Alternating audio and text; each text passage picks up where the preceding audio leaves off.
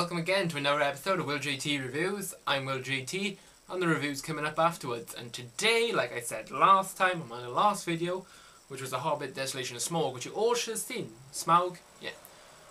It's Anchorman 2. I went to see it the other night with my lovely girlfriend Bethan for our 1 year anniversary. And yeah, the review is coming up just right about now. So yeah, the film is about Ron Burgundy, and you should really see the first film because it's awesome and you should know it.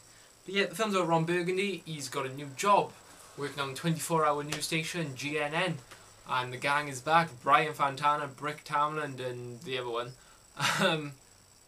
Yeah, they're back. He's got a son now called Walter. It's 9 years in the future from the last Anchorman, and yeah, it basically goes from there, and hilarity ensues because it's a Will Ferrell movie and there's not many of them which isn't actually funny. So yeah, good film. That's the synopsis. That's basically all you need to know. But Odin's Raven, the good points of the film. That was my best Ron Burgundy impression. I'm not going to pretend I'm as good as Will Ferrell, because I know I'm not. But I think I'm ballpark, you know. So, first point, this film is so funny. I don't think I've seen a funnier film in a cinema. Maybe The Hangover is about there, but honestly this film is ridiculously funny. I don't think there was a 10 minutes where I didn't go laughing.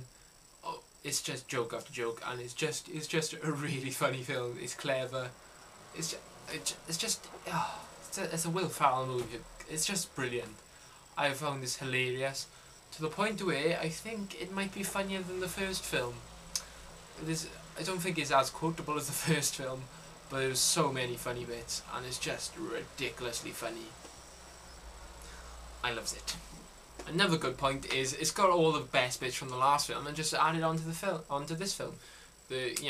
Steve Carell's back, Paul Rudd's back, the other one who's not as famous as them two is back.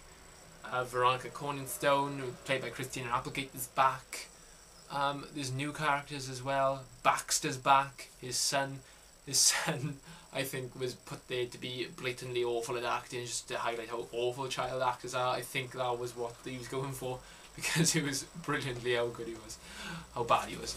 And yeah, Steve Carell as Brick, I nearly weed myself. He is just so funny. At one point Bethan was laughing for about 5 minutes after one of his jokes had passed. He's ridiculously good as Brick, and Brick should get his own film. Honestly, he's so funny. And yeah, Steve Carell makes that film. He's awesome, absolutely brilliant. Love that bit. And Will Ferrell. He's Will Ferrell. He's as Ron Burgundy. He's just funny. The way he delivers lines is just perfection. The timing, it's just, you can't get it. I really enjoyed this film. Will Ferrell, I can't say his name today. Will Ferrell gives probably one of his best performances, apart from Step Brothers and Anchorman 2. So yeah, he was brilliant in this film. He carried the film. Oh, I just remember it. It's so good. So good. Really enjoyed it. Another good point is it's good. That's the good point about it. It's actually good. It's not just a way to make money out of more people just by carrying on a franchise. They seem to actually put effort into making this an actual story. And if anything, I think the story's a bit better than the last film. It's just really good. Yeah, I'm glad they didn't just keep throwing the same jokes at us. It's intelligent. It's witty. It's just bang on.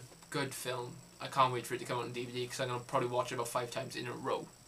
Although, there is one bad point. Maybe 2. At points, I felt like the story was kind of dragging a bit. Like we were running uphill. I think it could have been quicker. I don't think the movie should have been as long as it was. It's nearly 2 hours long. I think they could, I don't know, made it faster paced. Sometimes it dragged quite a bit. It was funny, yeah, obviously that kept you going, but at points you were like, come on, get to what you're trying to get at. And it just, yeah, that's my, well, I got no one. But that's one of the points I was a bit like, but it made up for it for being hilarious. Just remember the other bloke's name. His name's Champkind. There you are. That brings me on to my second bad point. I feel Brian Fantana and Champkind were kind of underused. Brian Fantana makes me laugh. Paul Rudd is a brilliant comedy actor, so I feel like they underused him a little bit by giving Steve Carell and Will Ferrell all the good bits. I'm not saying that they didn't do well in those bits, because they were so funny. But I would like to have seen Paul Rudd a bit more. Paul Rudd was a bit more serious in this one. I don't know if I liked it that much. That was my little bit of a bugbear. But, you know, you gotta have bad points. There's no such thing as a perfect film. I'll tell you that over and over again. But yeah. So yeah, quite a quick review for me today, because I couldn't think of much to say about this film, which wasn't good. It's just a really funny film, and you should all go and see it. But yeah, that's all from me. And obviously I'm wearing a Christmas jumper because it's Christmas, so Merry Christmas for tomorrow, I think. Or whenever you watch this video. Merry Christmas. I hope you have a very good Christmas and you get some of the films I said to get in my top 5 a few weeks ago. So yeah, thanks for watching. Like and subscribe. Leave your opinions on the film down below. Follow me on Twitter. Follow me on Tumblr. Listen to my podcast. And yeah, that's all from me. Merry Christmas. Thank you for watching. Tatty, bye.